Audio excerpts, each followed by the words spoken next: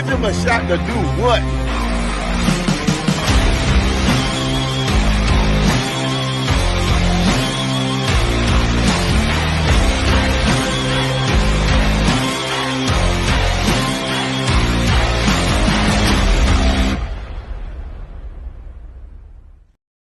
What is going on, everybody? This is Mike Hughes, and you are listening to the Shy Kid Podcast, only brought to you by Give Us a Shot Network. Today, we're talking the best hoops in all of sports, women's hoops right now, the hottest thing since pants with pockets. We're talking with some greats today. I mean, we're sitting down with what's deemed to be, by so many people throughout the league, so many people throughout the WNBA and the collegiate level, the greatest shooter in the entire country. Now we could say it on a national scale in the entire WNBA to be seen. We're excited.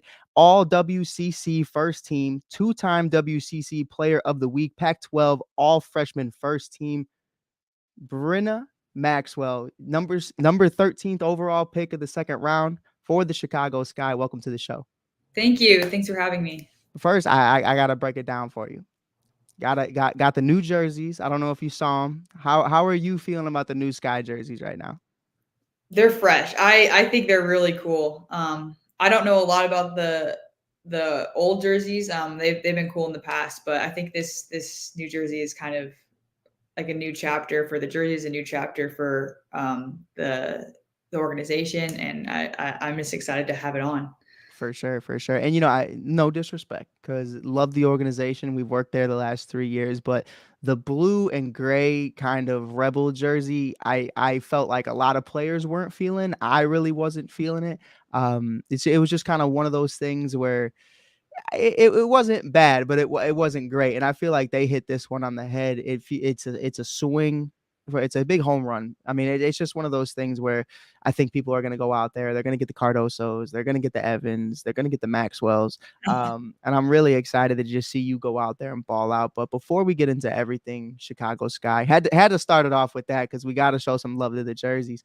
We want to tell your story today and talk about who you are, more than just the athlete, more than just the greatest shooter in the country. Where you come from, Portland, Oregon. I mean, there's so much basketball history that comes out of Portland. But I want to start with you. Can you kind of give us a little rundown on your family, siblings, anything you got going on? And then we got a serious question for you, depending on that answer. Okay. First of all, you did your research. Not many people know I'm actually from Oregon, Portland area. But first 9 years of my life, born and raised Portland, Oregon, Beaverton area.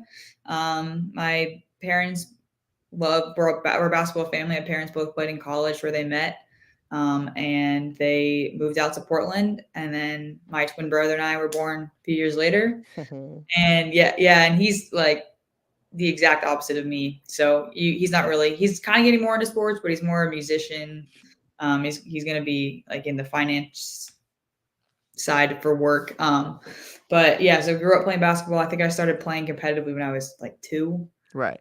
And it's the one thing that I've loved my entire life. And I don't know anyone who loves it more than I do. I've never met someone. I just sleep with a basketball. I love the smell of a basketball. I could talk about it all day and do it every day, all day. But yeah, raised in a basketball family, loved it. And went to a couple Trailblazer games growing up and then moved out to Washington. For sure. Now, twin brother is crazy because we've never had that answer before with the following question. We like to do here, best athlete of the family, whether it's sibling, mom, dad, uncle, whoever. Obviously, you kind of gave us a little hint that it's not your brother. But are you today the best athlete in the family? I don't know. So my dad's 53 and he runs like 8 miles a day. And I think that's just crazy. Consistently, like he'll do like an hour. He'll run 8 miles in an hour. And so that's pretty impressive to me because I can't do that. I don't know. And then I have a cousin who's really good at baseball. I would say I'm like top 5, top 3. I don't know. Best shooter in the country is top 5 in her own family. I mean, we need to see the rest of this family. We need to check them out. What's going on?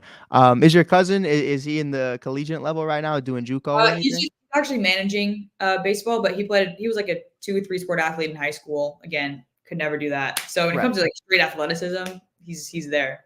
No, 100%. I was just talking to our guy Germ at the network the other day. I was like, I was strictly baseball my entire life. When I played basketball or football, like I was literally just like, I was a tackling dummy. I would just go out there and truck somebody, and that's all I could really provide. Like that's really what it was. Hey, they need people like that out there. 100%. We're just running people over. That's just what it comes down to. Hey, I can't help, but I could take this guy out the game if you need me to. Like I'll foul out right now. You could throw me a tech. It's cool. But you talk about Oregon and you talk about obviously the Trailblazers, Damian Lillard. You're deemed the best shooter in the country. How much of an impact did Damian Lillard have on your game right now? Or was there anybody else that you just loved watching, whether that be in the NBA or the WNBA, that you really wanted to translate your game into? Yeah, Damian Lillard made basketball so fun to watch when he was there. He built a legacy there, and he brought that whole city together for sure. My main player though I loved watching the Trailblazers was CJ McCollum. When he was there, just his footwork and the way he can, turn and get his shots off whenever he wants to, and his footwork is just insane. So I've like watched film just on the way he moves into his shot and how he pulls up, and just kind of trying to mimic that in some degree because he's just lethal from there. And then we moved out to Washington. I actually my dad was like, hey, they actually have women who play professionally too. Mhm. And there's a team, the Seattle Storm. And I got to meet like Sue Bird in person. Like she signed my ball. And I was like, wow, this is so cool. And I actually have a picture like on my lock screen right now of like me at my first Storm game. And I was like, I want to do this someday. And that's kind of made me fall in love with, having WNBA as my dream. No, for sure. That's like insanely dope. Like I don't really like that is like the story. Like especially because it's Sue. It's not just some player on the team that gave you a little moment. Like I ran into Nikola Vucevic the other day and I was like, "Booch!" and he just kind of like looked at me and I was like, "All right, sorry." Like I was just on my way to get a burrito. Like I don't know. I don't know. I thought it was cool, but I know I ruined his day. But like for Sue, there's so many stories about like her just meeting future WNBA players. And I don't think anybody has a bad story about Sue Bird as a person. I think she's always taken those moments. So I think that's really cool. And watching your game, I'm not making any comps. This isn't a draft comp or anything. I'm just saying there's a lot of comparisons to the way you guys shoot the light out the ball. So I'm just excited to see you continue to be that person for the next person coming into the next generation. So with that being said, though, 6 foot tall. Brynna, I'm 5'8". Like, at what point did you realize, man, I'm cooking these girls, whether that's in middle school or high school? Like, when did you really start to feel yourself? Okay, I gotta set a scene for you though, because I Okay, was okay. a late bloomer. I didn't stop growing until I was like almost 18. So I was kind of middle of the pack the whole way. But It imagine must a be 6-foot nice. girl in pigtails and sports goggles and flip flops pulling up to a basketball game. That's what I looked like. About 5 feet tall, maybe. And I don't know. It was just kind of slow and steady. Was kind of won the race on that one. But I was kind of middle of the pack, and then I think 8th grade or freshman year in high school, it kind of took a turn and was like, oh, I might have a future in this. And I just love basketball more and more. And I was like, this is something I really want to continue doing. And started working super hard. And here we are. For sure, for sure. Well, obviously, it worked out, but I don't think you should change. I think you should go back out there with the pigtails and rock it out, see how it goes. We got Caleb Williams, painted fingernails, pink cell phone. Like he's a trendsetter. He's starting stuff. So I think you could start something here. Why not? Why not? It's definitely valid though. But you talk about that. I believe is it Gig Harbor is the high school you went to? I had to make sure because my girl was like, that's not how you say it. I was like, that's totally how you say it. So shout out to him. The kid did his homework, but it's one of those things for me where there's so many different stories, so many different conversations of when you start getting recruited. Obviously, Utah was very heavy in on you, and you had a big role there in the first couple of years. But at what point did you start having those conversations with colleges? I know a lot of people who, hey man, I didn't get a call till the season ended my senior year. And so some people talk about it. So for you, you talk about being a late bloomer and things kind of started to pick up later on. When did you really start getting those calls or you started getting those recruits coming to your games? Yeah, I mean, I was kind of blessed. I was at like a random tournament, and Utah wasn't even watching my game. They were watching a different game, and it got to a timeout, and the assistant coach like turned in her chair to kind of just watch another game while she waited for the timeout to end. She saw me and she was like, oh, like maybe we should reach out to her. And that's kind of when it all started. And then back then the Pac-12 tournament was in Seattle. So we were lucky enough to go to state my junior year. And a bunch of coaches were at that state tournament in Seattle. And they were able to watch that. And so I kind of got some offers from there. But I got a few offers. It wasn't like hundreds and hundreds of offers, but Right. I had a little bit of selection. I wouldn't say I was a total underdog. That'd be a cooler story. But yeah, Utah was the first to reach out. They were my first letter, first offer, first home visit, like first everything. And it was a great pick for those first 3 years, and I don't regret it. And I love everyone there. They're an awesome program. No, for sure. And I think it's crazy when you talk about that because we've heard those stories before from John Morant, who, I believe the recruit that recruited him from Murray State was just looking for a cool ranch bag of Doritos or something and accidentally stumbled upon his game. And I'm like, it's one of those stories where it's like, it's just, timing is everything. And I believe everything happens for a reason. I'm one of those. I promise you I am. Like, I'm like, AJ, if it's not your time, it's not your time, but that doesn't mean your time's not coming. Like, I'm one of those. I will preach to the choir for any kid I'm coaching.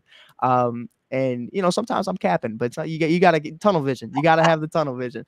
I'll tell Billy he's going to make it. I don't know if he is, but you got to make sure he believes that he is. So I think that's really dope that you talk about that and the humbleness out of you is insane. I've seen so many interviews where you're just shooting the lights out the ball, shooting 100% from three, and then all you have to talk about in post game is your teammates. So I think that speaks volumes to why so many teams are interested in you and why you're having those conversations. I think I'm sure you would agree. Like when we talk to kids all the time, and we break down like what the collegiate level really is. I think Bradley Beal said it best when he's like, if you think you're going out there and you're going to score 30, 40 points a game, you're fucking crazy. And it's like, you have to find out how to win, how to be a winner. And like, when I watch your game, like getting people involved, I think we always talk about multipliers. And I want to ask you how important that was in your game to kind of not just be an addition, but to multiply and help other people get better. Yeah. I mean, at Gonzaga, we had like our starting five, like anyone can for 20 points a night. So, I mean, I still would love to see an old scout of what people had against us. Cause I was like, I wouldn't know how to scout us because everyone's a threat. Everyone could go off. So it was just super cool and fun to be part of a team like that with that much talent. And I've never been a part of that before. And just like, it took all the pressure off because you can just have fun because, I mean, if you're getting face guarded, I mean, someone else is going to, you have four of the people on the court that are just going to take over and score. And it kind of taught me how to play in a system and, be selfless. I'm an ego aside. It's like, yeah, this is Kaylin Trong's turn. She's going off today. Let's find her the ball. And it just made it more fun and to do with your best friends and see them succeed too. I don't know. It just made the game. It just opened up the game even more.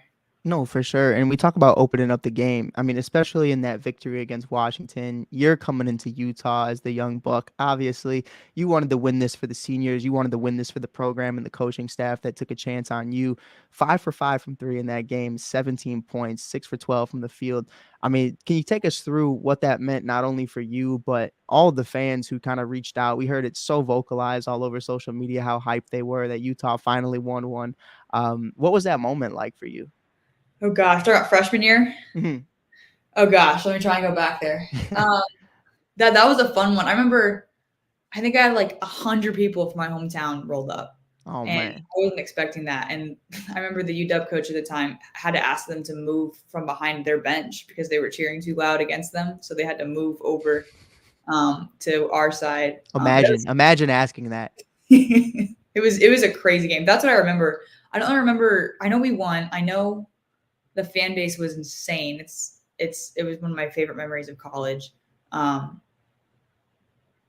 stats, I don't remember that, but I believe you. I remember our seniors were super excited. And it's like our first sweep in the Pac-12 that year. And, right.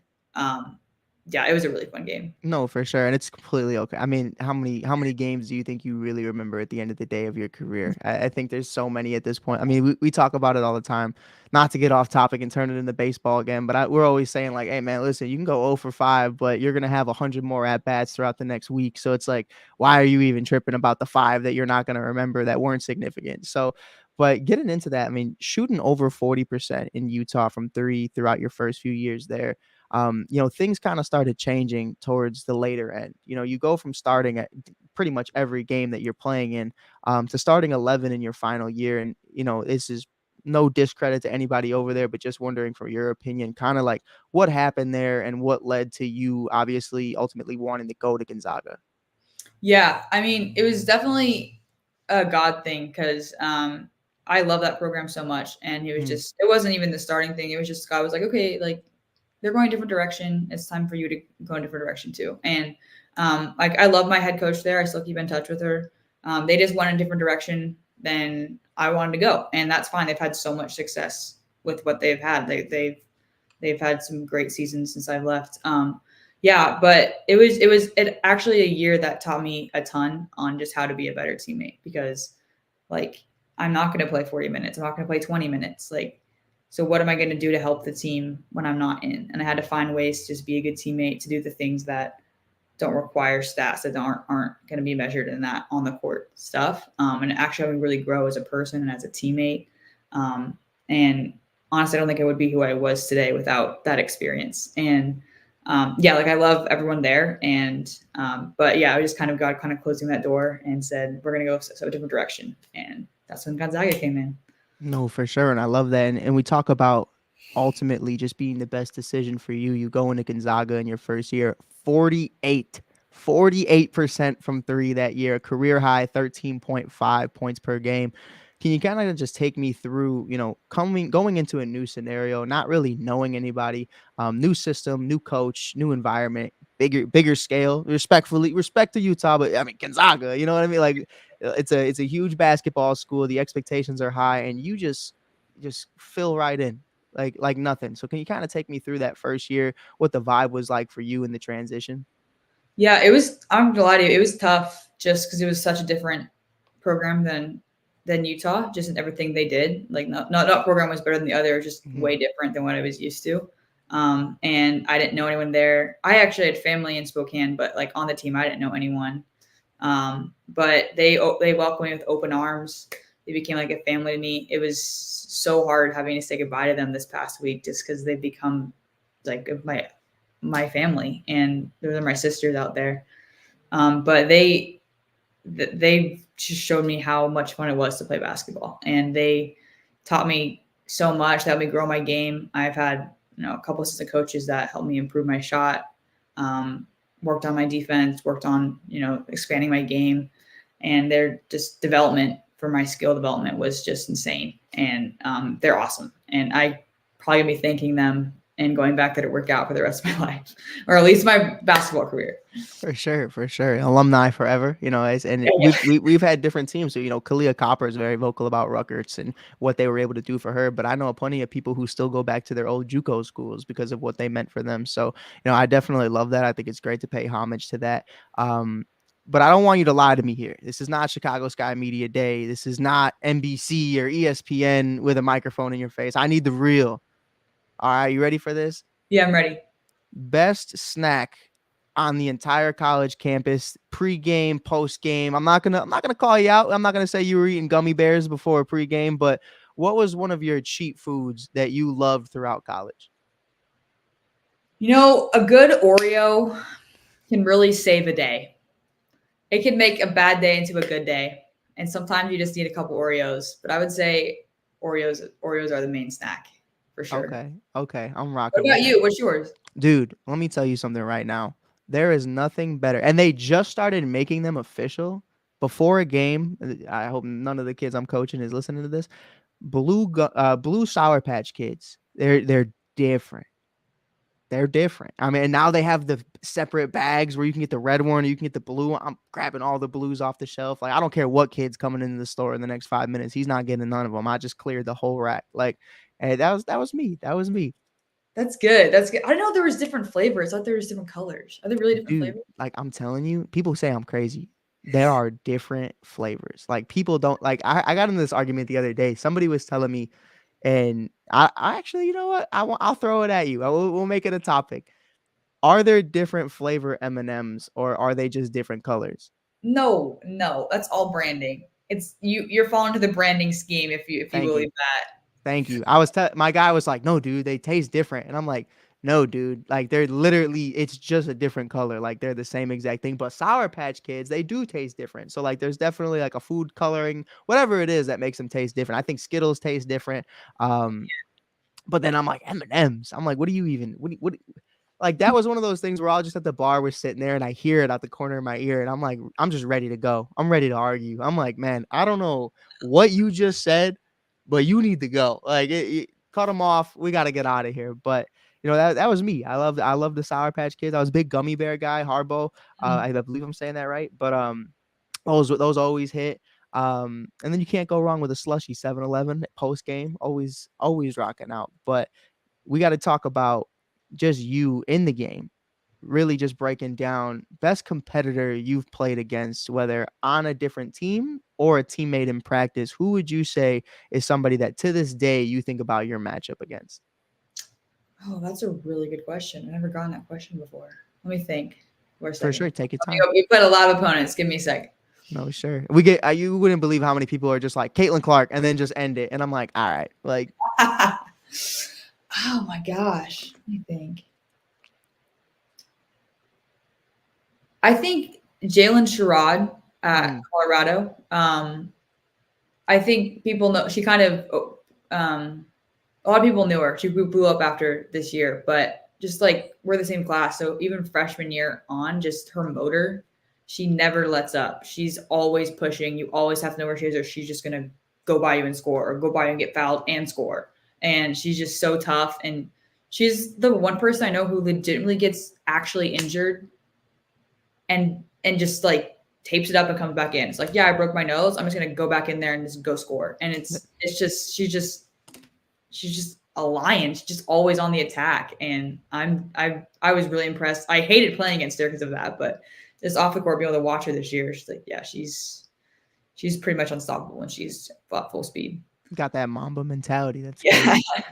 It couldn't be me. When I was a kid, I felt like I could. Now that I'm older, I'm like, nah, bro, I'm gone. Like I'm over this. Like I don't even care like that. But breaking that down, talking about, the ending of Gonzaga, your final season.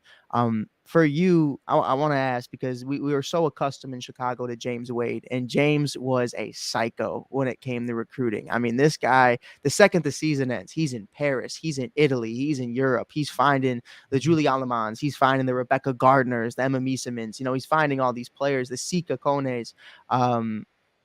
So to break that down and understand, Jeff is now in the building.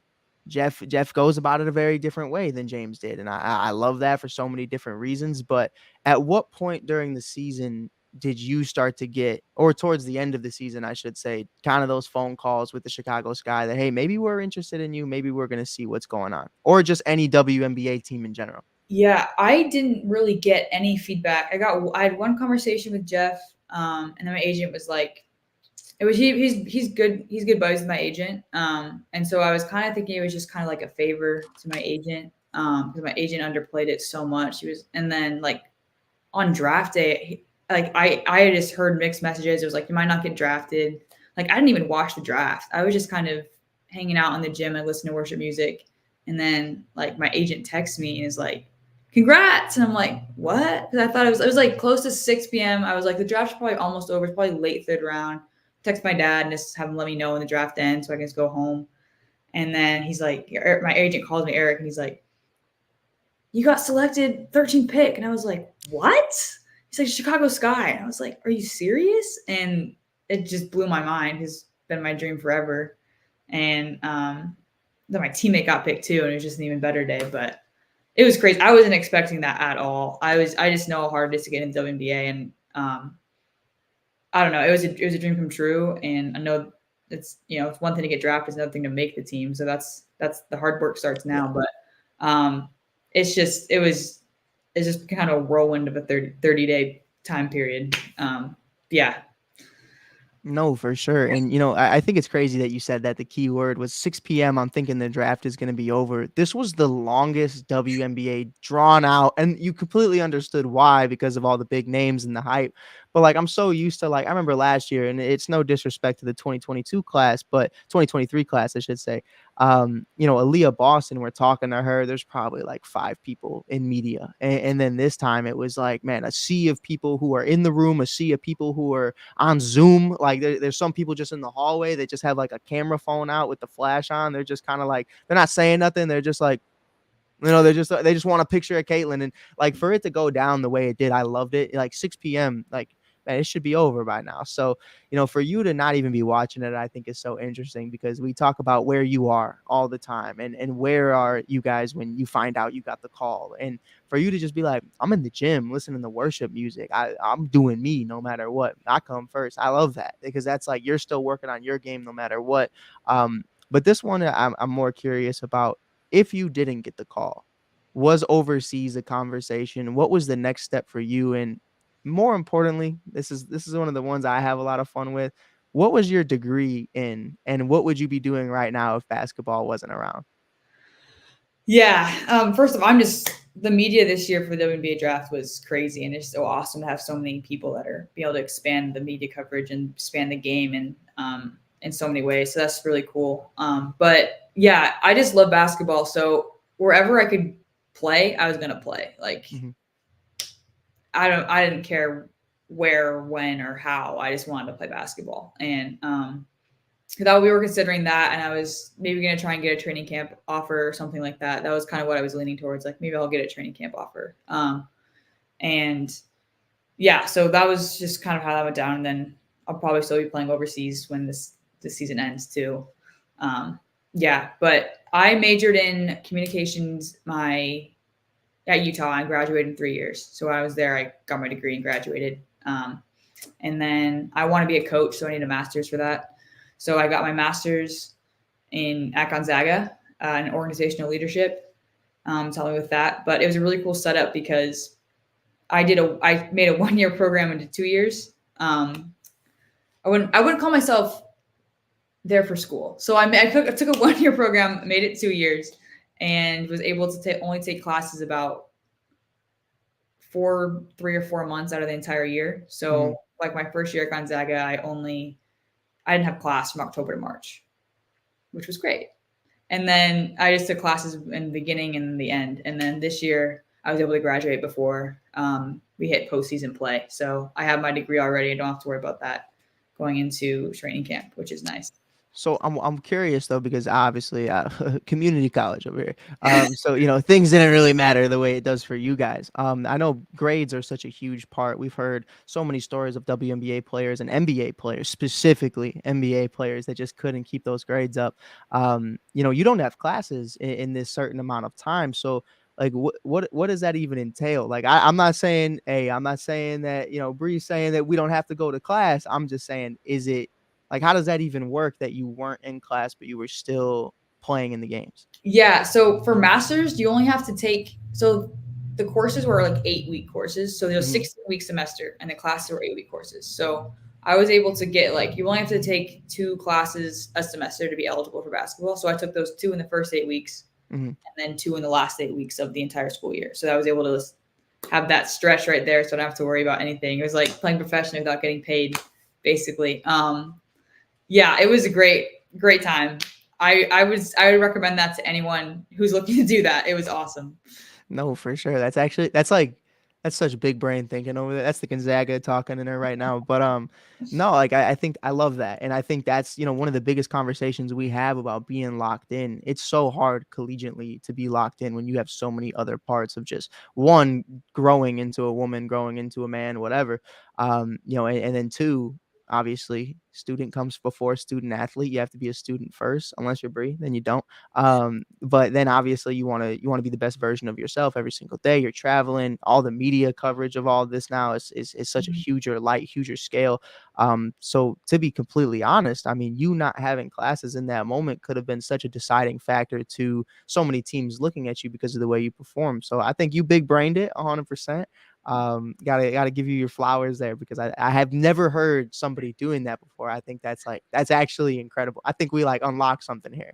Yeah, I say if you can get your degree in 3 years, do it, and then I wouldn't say coast the finish line. Obviously, go to class For sure. business list, do whatever. But it's a great option.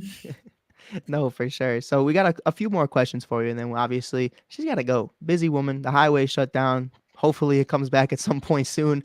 But with that being said, Teresa Witherspoon in the Shy, I'll say from my personal experience, the inauguration day, her, Kalia Copper, Sky ownership, and Jeff were there, and like the vibe, the feeling, the culture shock of like, okay, like this just got real. She walks in a room and you would think she's walking in a room full of the leaders of the world. Like we're looking at presidents, we're looking at kings, queens, and she walks in like she's right there with them. And like that's the vibe that she carries herself with. Such a humble, amazing human being. I'm wondering for you if you have had any conversations with her yet, with Jeff as well. Jeff Pagliocca, general manager of the Chicago Sky. Have to give him that title now. Love to see it. He deserves it. But what were those conversations like with you on draft night or prior or post, if any? Yeah, I have a lot of respect for that coaching staff. They've impressed me so much from the very start. Coach Spoon. I haven't met her personally yet, but I got to talk to her on FaceTime, and she's texted me, and she just seems like she knows what she's doing, and the program is in good hands. And then Jeff, I've talked to him a couple of times, and he just knows basketball. Like he knows what he's talking about. He He's knows crazy. everything to know about skill development. He's just a basketball genius, and I'm excited to start working with both of them. I think the future of Chicago basketball is in good hands. No, for sure. And then you bring in, Tamira Young, who former player in the W, like you're bringing in player coaches. And I've been so big on that. And why I always say Jeff is crazy is because I truly believe that Jeff doesn't sleep. I think he's a vampire. The man is always on his phone. The man is always watching film, talking to somebody about something. And to be in the situation, I don't know how much you were keeping up with the Chicago Sky last year, but we covered every game. We're there in person, covering them as media. And for it to go down the way it did, you lose Kalia Copper, you lose Alana Smith, Courtney Williams. I mean, if you look at the Minnesota Lynx right now, it's pretty much the Minnesota Sky or the Chicago Lynx, whatever. We got Ruthie over there, Taylor Soul, Courtney Williams. We even traded draft capital over there. Sika's over there. I mean, everybody and their mama, it went to Minnesota. Obviously, Ka joins the Mercury. And you don't have a head coach at the time. So there's so much going on, so many moving pieces to end up with the greatest shooter in the country and 2 top 10 picks in the Twin Towers, Angel Reese, Camila Cardoso with Teaspoon. I mean, it's crazy to get there. So I wanted your opinion, really. I know that was so long winded, but I got to give him his flowers. It's been a minute since we did a pod. Angel Reese, Camila Cardoso, obviously, you know the names throughout your collegiate career. To be able to play alongside them now, to have those 2 national champions in the room, 2 people who know what it takes to sacrifice, what it takes to win, for you to just be able to go out there and play your game. How much does that make your job easier? And how excited are you to play with the 2? I'm ecstatic. I've actually never met them, either of them, and just be able to be rookies alongside them is super cool. They're gonna do great things in the league, and it's gonna be really cool to be alongside that and just kind of witness greatness of those 2. But yeah, this is a great staff to help out and lead the way. It's just I'm excited. There's this not to pun not intended, but sky's the limit for I think this program. And she is officially our favorite guest we've ever had. But that'll definitely be the intro to this video for sure. But I'm looking at it for what it is, though. Everybody's talking about Angel, everyone's talking about Camilla.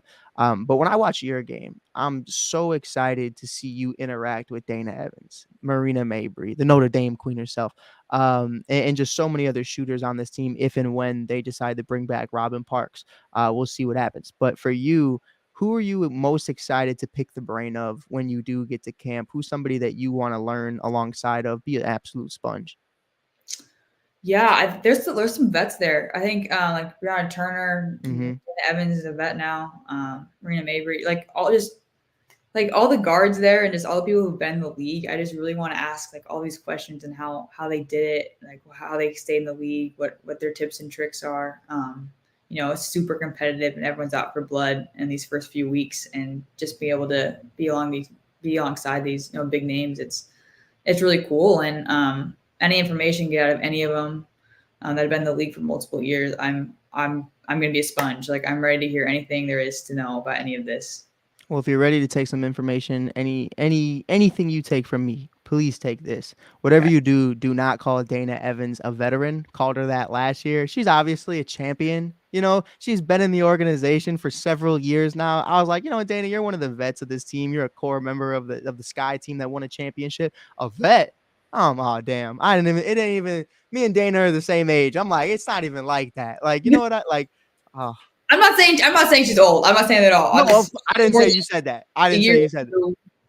Under her belt. So okay. Thank you for that. We're in the same place. Like I took that as like, you're just a vet in this league. You've been here 4+ years now. A vet. I'm like, no, like it's love. It's love. So Dana, if you're listening to this, I'm sorry. Please, it's not gonna happen again. I promise. Even 10 years from now, Dana's not a vet. Dana, like Damian Lillard treatment, perfectly fine. She's just out there. Yeah. She's just living, thriving on the Jordan brand deal. Shout out to her. But last one we got for you before we get you out of here. What is your goal for the 2024 season? Oh man. I just want to go out there and play at the level I'm capable of playing. And whatever happens after that, I not live with that, but I'm just gonna look back and say, yeah, I gave everything I had. I left everything out there. I've shown everyone what I can do. And I think I work harder than almost anyone I know, and just be able to show that work ethic and drive and love for the game is just be able to show that on a big stage is super cool. And I want to be able to do that. For sure. Well, Brynna, we appreciate you being here. Appreciate you for giving us the time. Also, like, completely didn't expect you to actually be here. I thought you would be driving and camera off and we'd have to edit this. So I appreciate you taking the time out of your day. I'm hoping the highway opens up soon so you can get to where you're going, get to Skytown even faster. We have training camp coming up, Media Day on May 8th, 2024. We will be there in person at Wintrust Arena covering everybody from Dana Evans to Brynna Maxwell. Gonna be exciting. It's gonna be a lot of fun. Really quick, could you pump out your social medias or anything you have going on right now that you want the people to know? I don't even know my social media handles. I'm not prepared for this. Come check out Sky Game this year. You won't regret it. All glory to God. The advertising, the glory advertising, it was even crazier. But we appreciate you for being here. Thank you for the time. We're wishing you the best of luck. Appreciate you guys tuning in today, watching. This is Mike Hughes, aka the Shy Kid, giving you everything Chicago Sky up-to-date news. We will have pregame, postgame, and during game information and videos and interviews coming throughout the entire 2024 season. We'll hopefully see Maxwell up and suited and booted in the new Sky uniform. It's going to be a lot of fun. Until then, we'll check you guys out later. Make sure you give us a shot. Hit that like, hit that follow button on Give Us a Shot Network. Peace. Give them a shot to do what?